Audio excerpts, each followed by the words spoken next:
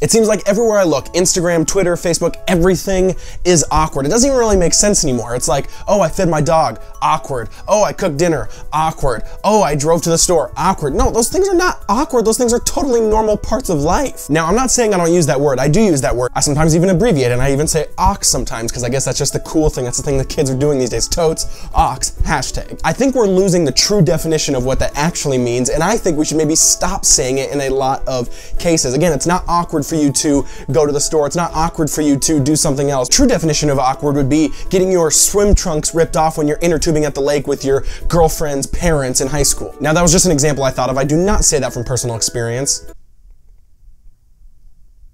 But here's my main problem with that word. I think we're using awkward almost as a catch-all term now to justify any time we don't want to be uncomfortable, any time we don't want to risk something, or any time we actually have to put ourselves out there. But the truth is, a lot of awkward situations we find ourselves in are the very things, the very situations that grow us as human beings through our adolescence, all the way through young adulthood, all the way into the rest of our lives. So here's my thought. How about we tone down how much we actually use that word awkward? Reserve it for truthfully the very, very awkward moments, ones that truly fit the definition. But then also let's try two things. One, let's push through and embrace the awkwardness. What if every time something was awkward, instead of using that word as a justification to not do it, we actually said, hey, this is actually a really interesting opportunity to grow. This is a really interesting opportunity to risk, to learn more about myself, to learn more about my friends or the group I'm in. And secondly, let's actually use that opportunity as a time to not pull out our phone. See, this is my iPhone right here, and I notice that every time something is awkward,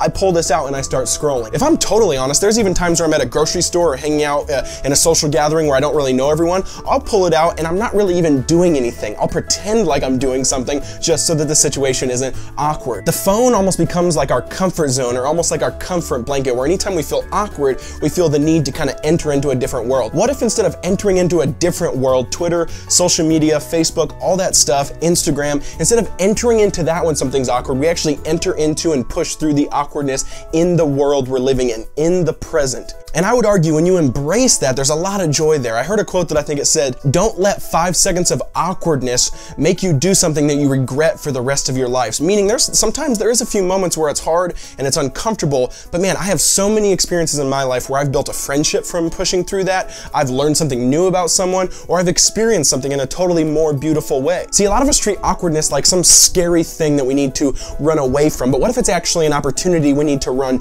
to? So my plea to you is, from now on, what if instead of seeing awkwardness as something that we need to run from, which I even notice in my own life, that usually it's insecurity there in my own self when I feel extremely awkward in a lot of situations, but instead of running from it, we actually saw it as an opportunity to run to, like we already talked about. So I don't know where you're at, where you're from, but what if we take that challenge together, where when something's awkward, when something's uncomfortable, instead of pulling out our phone, instead of thinking that we need to run from that situation, we push into it, we embrace it, and we see what the moment has to offer.